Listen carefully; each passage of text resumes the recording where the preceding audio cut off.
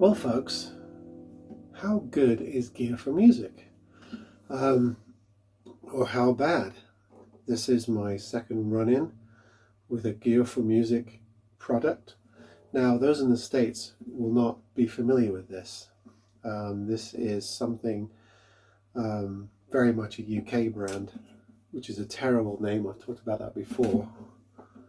Gear4Music guitars.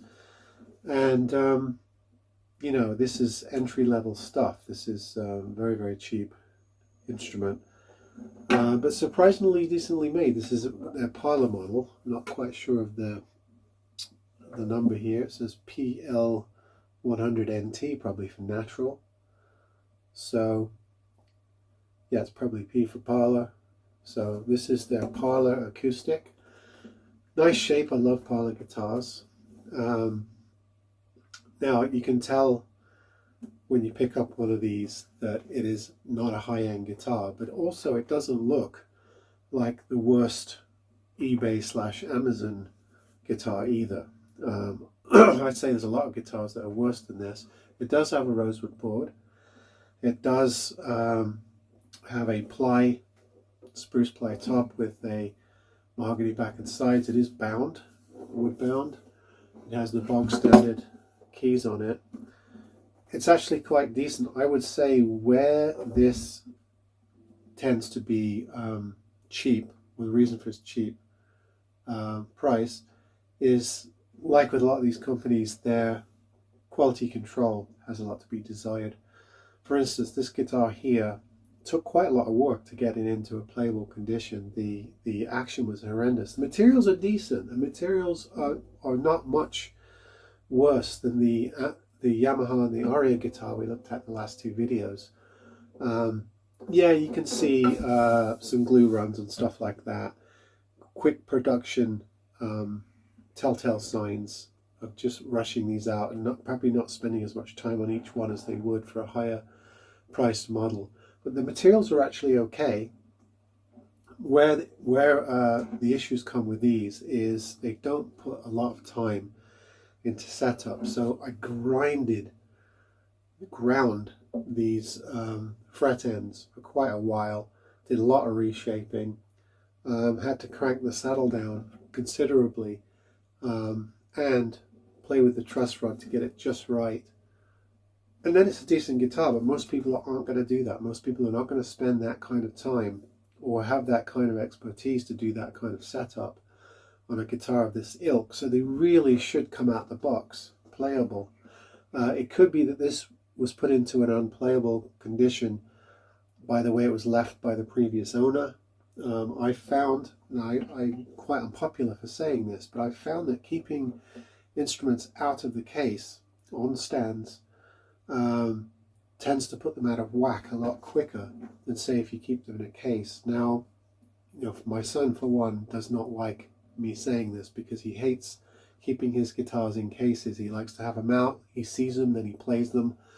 And I understand all that, but having lived in a dry climate in Colorado and then come back to the UK and lived in a very wet climate here in the southwest of England, the elements are very rough on your guitar.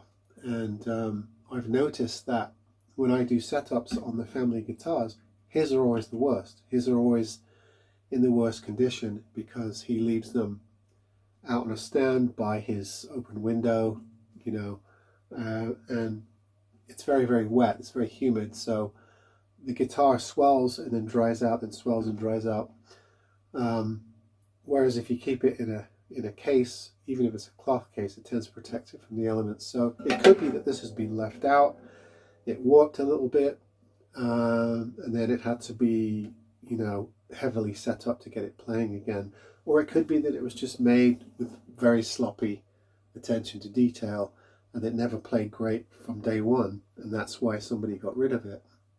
And I found it really, really cheap. But in and of itself, the materials themselves are not bad. You can see, I don't know if you can see on the picture, there is a glue run right there that's kind of ugly. But nobody's going to see that from this distance from the camera. So it's only you that's going to see that. Otherwise, it's pretty competently made. The materials are decent. A lot of times when you buy a 30, 40 pound guitar, you're getting catalpa, you're getting, you know, sort of mystery wood bridges and fretwoods. You're getting basswood tops and stuff like that. This is actually a spruce ply, and this is actually mahogany, so it is decent material. And these can be really quite decent student level guitars. It's just that you have to do a lot of work to get them there. In the instances the two instances I've had these guitars, so I wouldn't swear off of Gear4Music. I wouldn't tell you that they are a company to avoid. I would say only dabble with them, only play with them if you have the means to do a setup, or you have, you know, somebody who can do it for you. Because a lot of times you got to fight these guitars to get them playing. That's just been my experience with them. It's very similar to some of the other companies I've dealt with over the years. Actually, my experience with Glary was even worse than this. But there's something that comes to mind as an example of a company that makes cheap instruments, but the setup has something to be desired, and that you're always having to put work into them to get them playing. I would say that the Glary's materials on the Glary's aren't as nice as this, though.